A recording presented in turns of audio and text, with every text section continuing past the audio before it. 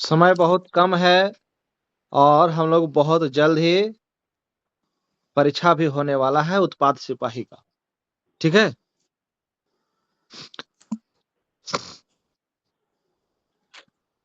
हम्म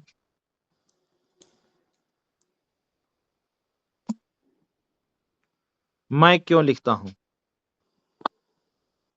ये सच्चिदानंद हिरानंद वात्स्यायन का लिखा हुआ।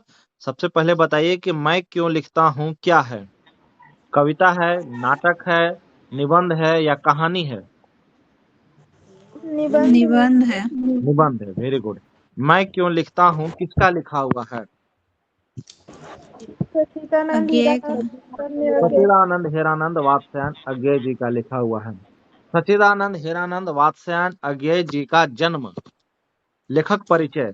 सच्चिदानंद हिरानंद वात्स्यायन जी का अज्ञेय जी का जन्म कब हुआ था? पिछले क्लास में बताए थे। 1911 में। 1911 में। हाँ, और कहाँ हुआ था यह भी बताइए। देवरिया जिला उत्तर प्रदेश। देवरिया जिला के कस्या कुशीनगर उत्तर प्रदेश। कसिया कुशीनगर उत्तर प्रदेश। Very good. इंदु बोली है जवाब, बहुत अच्छा। और अभी तक हम लोग जितने भी पढ़े हैं उनमें अज्ञेय ही साइंस पढ़े हुए लेखक हैं ना। तो क्या किए हुए थे ये? एमएससी, बीएससी, आईएससी, क्या चीज? बीएससी किए थे। कहाँ से किए थे? लाहौर से। लाहौर से। Very good. और ये इनकी मृत्यु कब हुई थी? 1987 में। 1987 में। एग्जैक्ट डेट बता सकते हैं? 4 अप्रैल 1987 को। वाह पूजा, वेरी गुड। 4 अप्रैल 1987 को इनकी मृत्यु हुई थी। ठीक है। इनके द्वारा लिखा हुआ कुछ प्रमुख रचनाएं आप लोग को जैसे हम याद करवाए थे ट्रिक बताकर, है ना, वही ट्रिक से बताइएगा। तो पूजा बताओ, पूजा आप ही बताइए। भग्न चिंता अरि ओ करुणा प्रभा में, हाँ इंद्रधनुष के रौंदे हुए आंगन के पार द्वार, हाँ शेखर एक जीवनी नदी के द्वीप, और विपथ का शरणार्थी, त्रिशंकु आत्मनेपद, अरे यायावर याद रहेगा। जी। अरे यावर याद रहेगा क्या है? ये यात्रा वृतांत है। वेरी गुड, यात्रा आंगन के पार द्वार। बाकी लोग भी बोलिए। आंगन के पार द्वार काव्य संग्रह है। काव्य संग्रह। आत्मनेपद क्या है?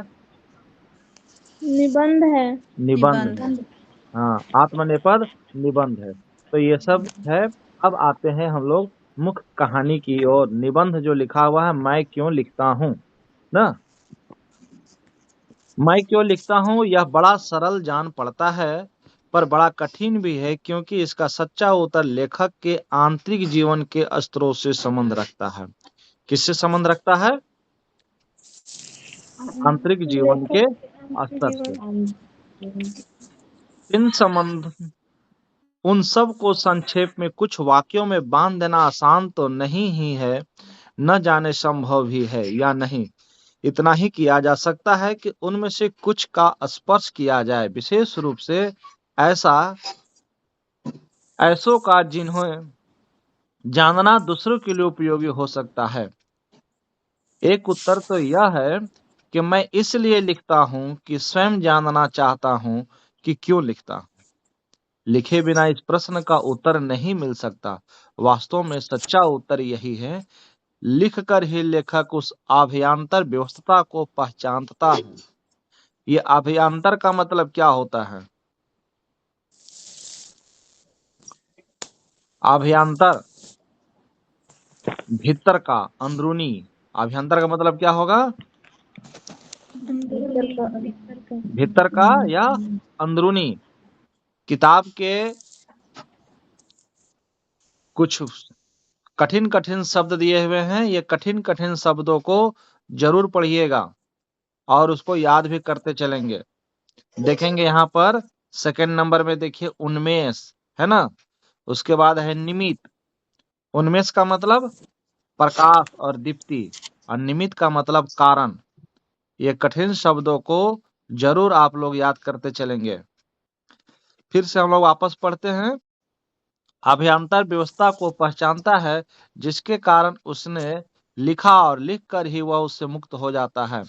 मैं भी उस आंतरिक व्यवस्था से मुक्ति पाने के लिए तटस्थ होकर उसे देखने और पहचान लेने के लिए लिखता हूँ। लेखक क्यों लिखते हैं?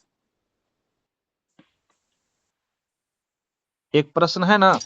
सच्चिदानंद हीरानंद वात्स्ययन क्यों लिखते हैं? उनका लिखने का कारण क्या है? आंतरिक व्यवस्था से मुक्ति पाने के लिए तटस्थ होकर उसे देखने और पहचान लेने के लिए लिखता हूँ। किस लिए लिखते हैं? आंतरिक व्यवस्था से मुक्ति देखने पाने के लिए। किस लिए? आंतरिक व्यवस्था से मुक्ति पाने के लिए।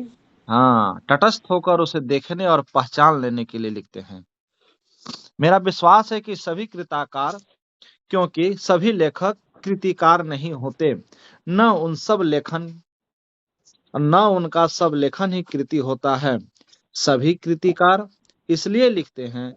यह ठीक है कि कुछ ख्याति मिल जाने के बाद कुछ बाहर की व्यवस्था से भी लिखा जाता है, संपादकों के आग्रह से, प्रकाशक के तकाजे से, आर्थिक सहायता से। कृतिकार का जो रचना करते हैं वो किस लिए करते हैं?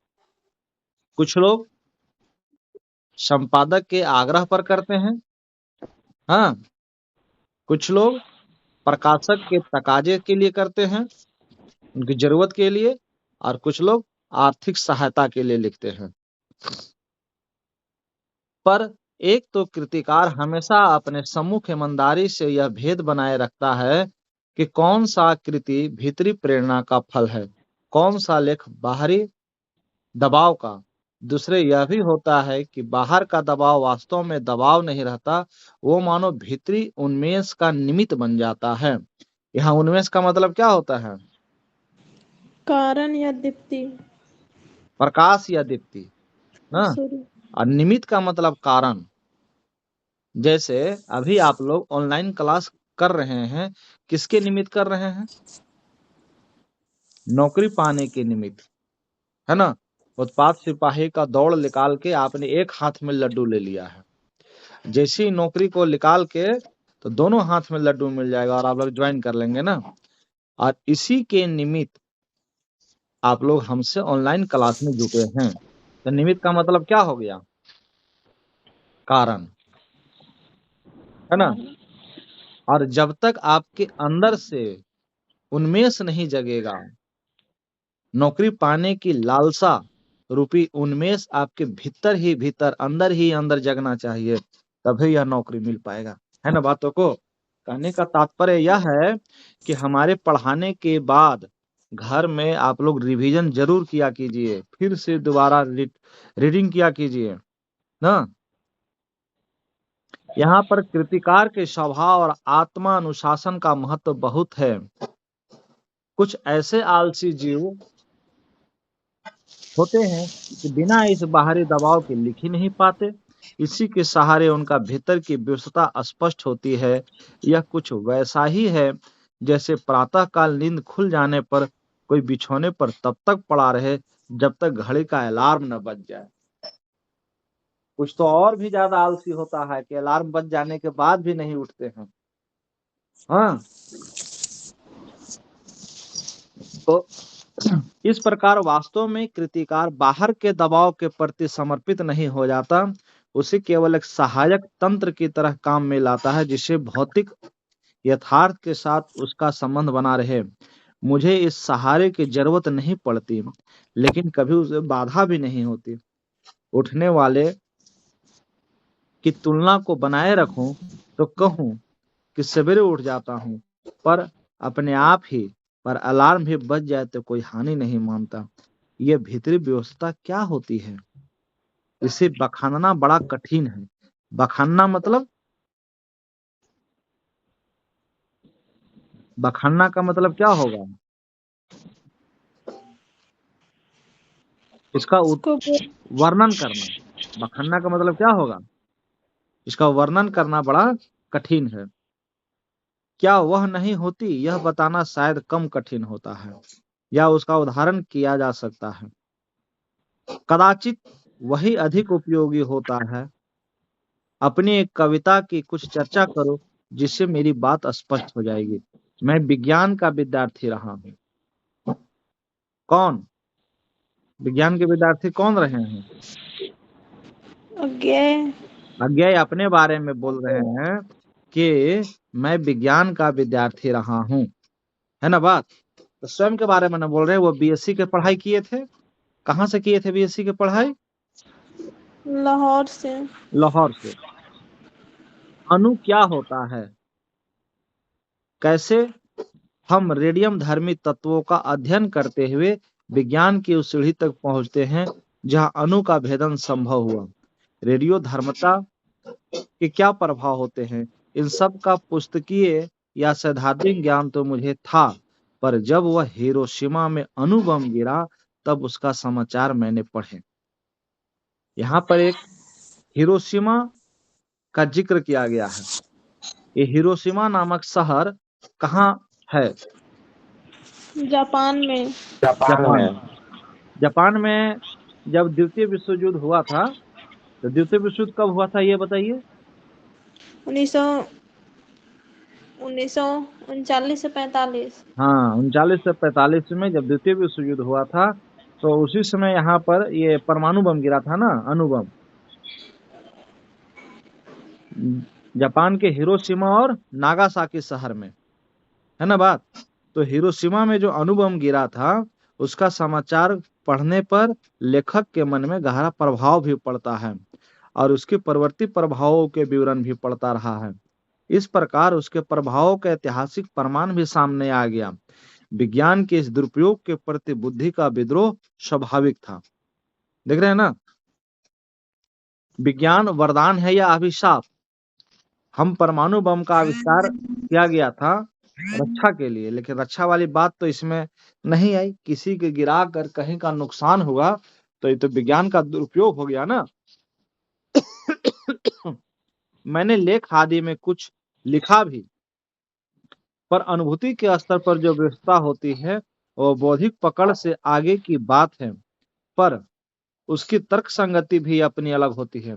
ध्यान देना, लेखक हिरोशिमा नाम की कविता भी लिखते हैं बाद में, और हिरोशिमा नामक कविता इनकी जो लिखी हुई है, अरि ओ करुणामय, अरि ओ करुणा प्रभामय काव्य संग्रह में प्रकाशित होता है। सवाल फिर से, अरि ओ करुणा प्रभामय काव्य संग्रह, अरि ओ करुणा प्रभामय क्या है? काव्य संग्रह। काव्य संग्रह है। इसका प्रकाशन कब हुआ था? 1959 में। कब हुआ था?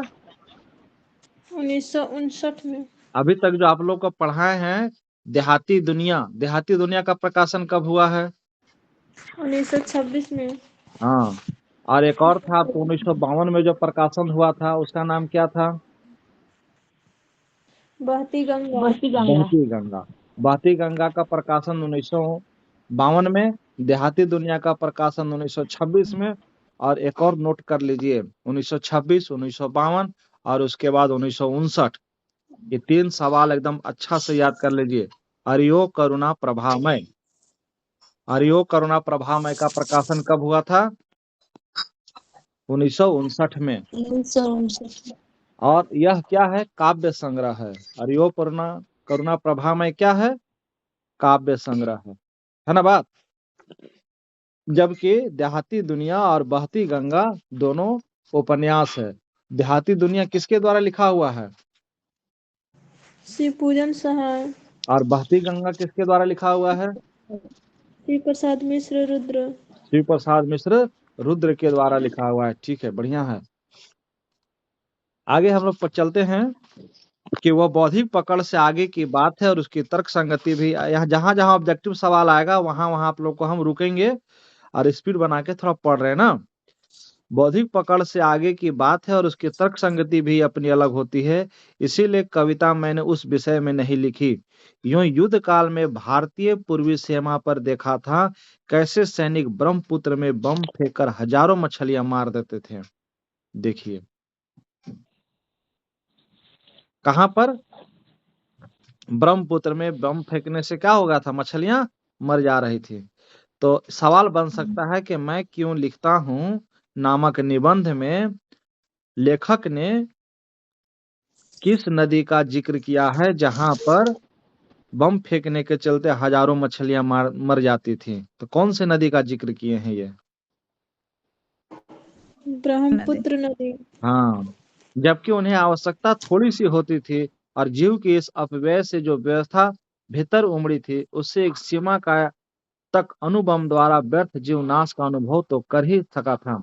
सोचिए, आपको जापान जाने का अवसर मिला, तब हिरोशिमा भी गया और वह अस्पताल भी देखा जहां रेडियो पदार्थ से आहत लोग वर्षों से कष्ट पा रहे थे। परमाणु बम गिरने के चलते हिरोशिमा वाले लोगों को किस पदार्थ से कष्ट हो रहा था? कौन सा पदार्थ था? धातु, रेडियम, रेडियो। रेडियम पदार्थ ना। उसके चलते वहां पर के लोग विकलांग जन्म लेते हैं आज भी। इस प्रकार सोचिए कितना गहरा उनके जीवन पर प्रभाव पड़ा है। इस प्रकार प्रत्यक्ष अनुभव भी हुआ और अनुभव से अनुभूति गहरी चीज है। कम से कम कृतिकार के लिए अनुभव तो घटित का होता है, पर अनुभूति संवेदना और कल्पना के सहारे उस सत्य को आत्मसात कर लेता है जो वास्तव में कृतिकार के साथ घटित नहीं हुआ, जो आंखों के सामने नहीं आया, जो घटित के अनुभव में नहीं आया, वही आत्मा के सामने ज्वलंत प्रकाश में आ जाता है। तब वह अनुभूति प्रत्यक्ष हो जाता है। तो हिरोशिमा में सब देखकर भी तत्काल कुछ लिखा नहीं, क्योंकि इसी अनुभूति प्रत्यक्ष की कसर थी। फिर एक दिन वही सड़क पर घूमते हुए देखा कि एक जले हुए पत्थर पर एक लंबी उजली छाया है। विस्फोट के समय कोई वहां खड़ा रहा होगा और विस्फोट से बिखरे हुए रेडमी धर्मी पदार्थ की किरणें उसमें रुद्ध हो गई होगी। ये रुद्ध का मतलब क्या होता है? बंद हो जाना या फंस जाना। हाँ, रुद्ध हो जाना का मतलब बंद हो जाना या फंस जाना। जो आसपास से आगे बढ़ गई और पत्थर को झुलसा दिया, जो उस व्यक्ति पर अटकी उन्होंने उसे भाप बनकर उड़ा दिया होगा।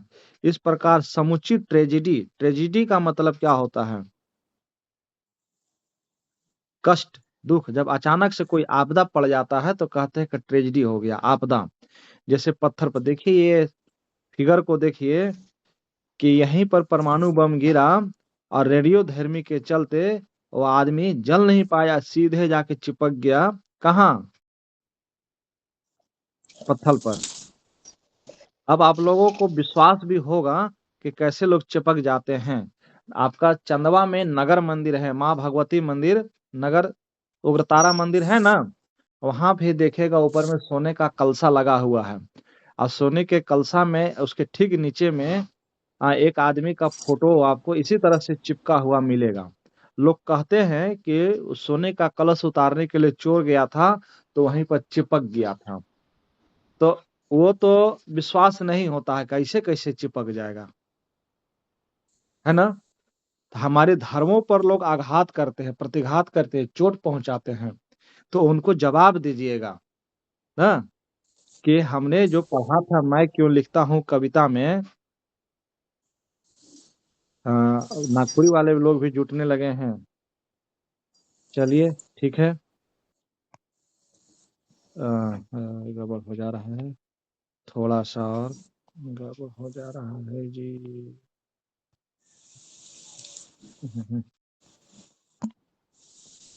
हाँ, तो उनको क्या जवाब दीजिएगा कि जैसे यहाँ पर चिपके हुए हैं लोग ना,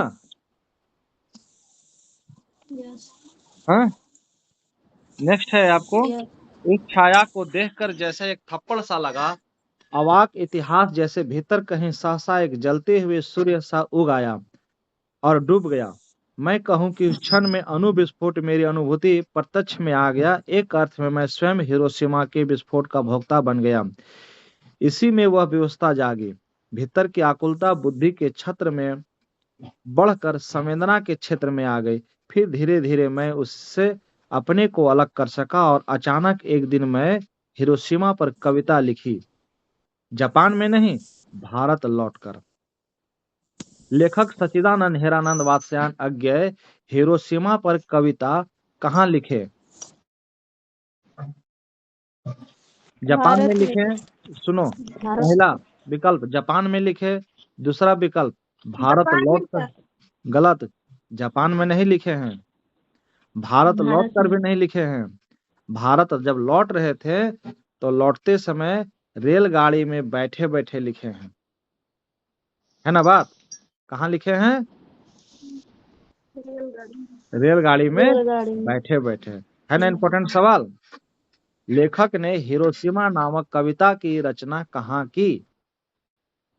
विकल्प पहला जापान में, दूसरा विकल्प भारत में, तीसरा विकल्प भारत से जापान से लौटते समय रेलगाड़ी में बैठे बैठे, या जापान से चौथा लौटते विकल्प हुए रेल। भारत से जापान जाते समय रेलगाड़ी में बैठे बैठे। क्या लिखिएगा? जापान से भारत आते हुए रेलगाड़ी में।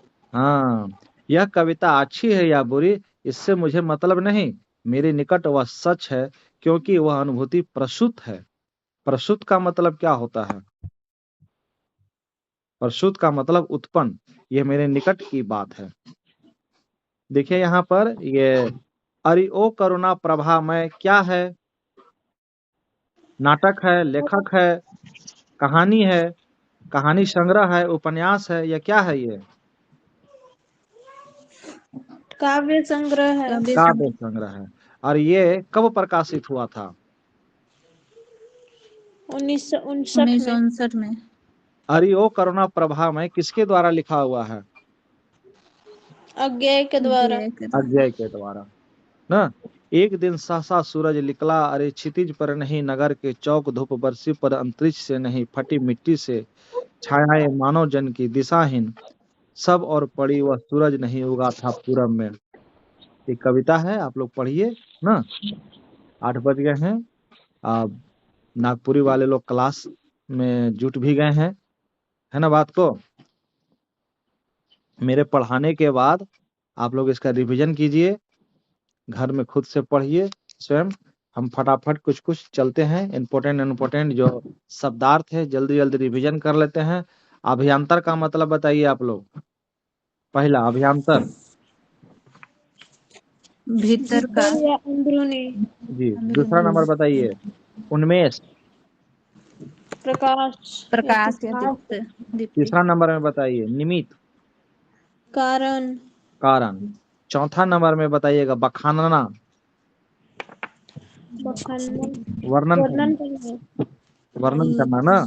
और रुद्ध का मतलब फंस जाना या बंद हो फंस जाना। जाना फंस या बंद जाना। हो जाना। और सबसे लास्ट में है प्रसूत। प्रसूत का मतलब क्या होता है? उत्पन्न। उत्पन्न। ठीक है। कुछ और भी सवाल। कौन सा नदी का जिक्र किए थे जहां पर अणुबम के फेंकने के चलते मछलियां मर गई थी? ब्रह्मपुत्र। ब्रह्मपुत्र नदी। ब्रह्मपुत्र नदी। और हिरोशिमा और नागासाकी कहाँ के शहर हैं? जापान का। जापान के। ब्रह्मपुत्र नदी भारत की सीमा पर है, पूर्वी सीमा पर, दक्षिणी सीमा पर, पश्चिमी सीमा पर, या उत्तरी सीमा पर? उत्तर पूर्व में हो जाएगा। हाँ, ऐसे पूर्वी सीमा दिया हुआ है, उत्तर पूर्वी ठीक सही जवाब है। पूर्वी सीमा ज्यादा अच्छा रहेगा ना। और कुछ सवाल? हाँ, ये कविता कहाँ लिखे थे?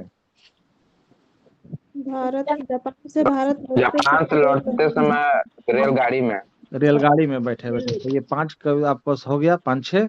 और इसके अलावा कविता परिचय ना, लेखक परिचय। सच्चिदानंद हिरानंद वात्स्यायन का जन्म कब हुआ था? 1911 में। कहाँ हुआ था? लाहौर देवरिया जिला के कसिया कुशीनगर में। हाँ। और इनकी पढ़ाई कहाँ तक हुई थी? बीएससी लाहौर से। बीएससी लाहौर से ना। ठीक है।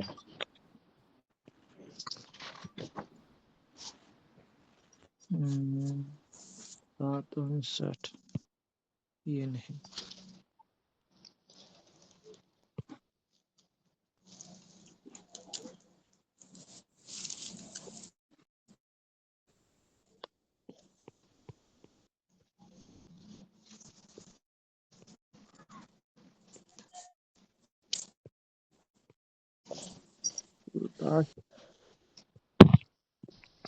कजली क्या है? एक प्रकार गीत। का गीत है। हाँ।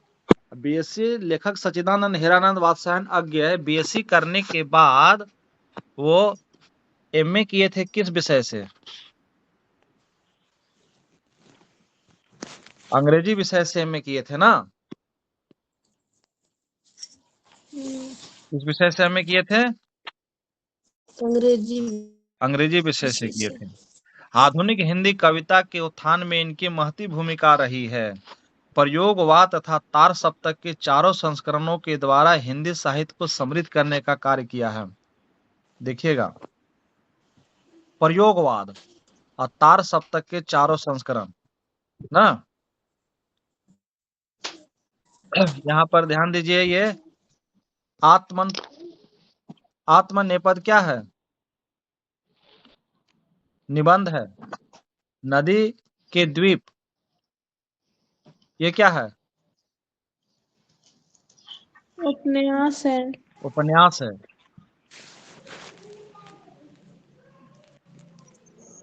कृतिकार का मतलब क्या होता है? रचना करने वाला। उन्मेष का मतलब प्रकाश। निमित्त का मतलब कारण। व्यवस्था मतलब मजबूरी।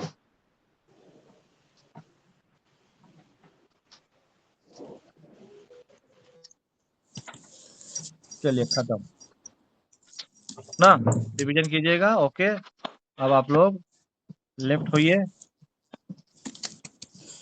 फटाफट। नागपुरी वाले लोग रहेंगे जिनका नागपुरी क्लास है। ओके।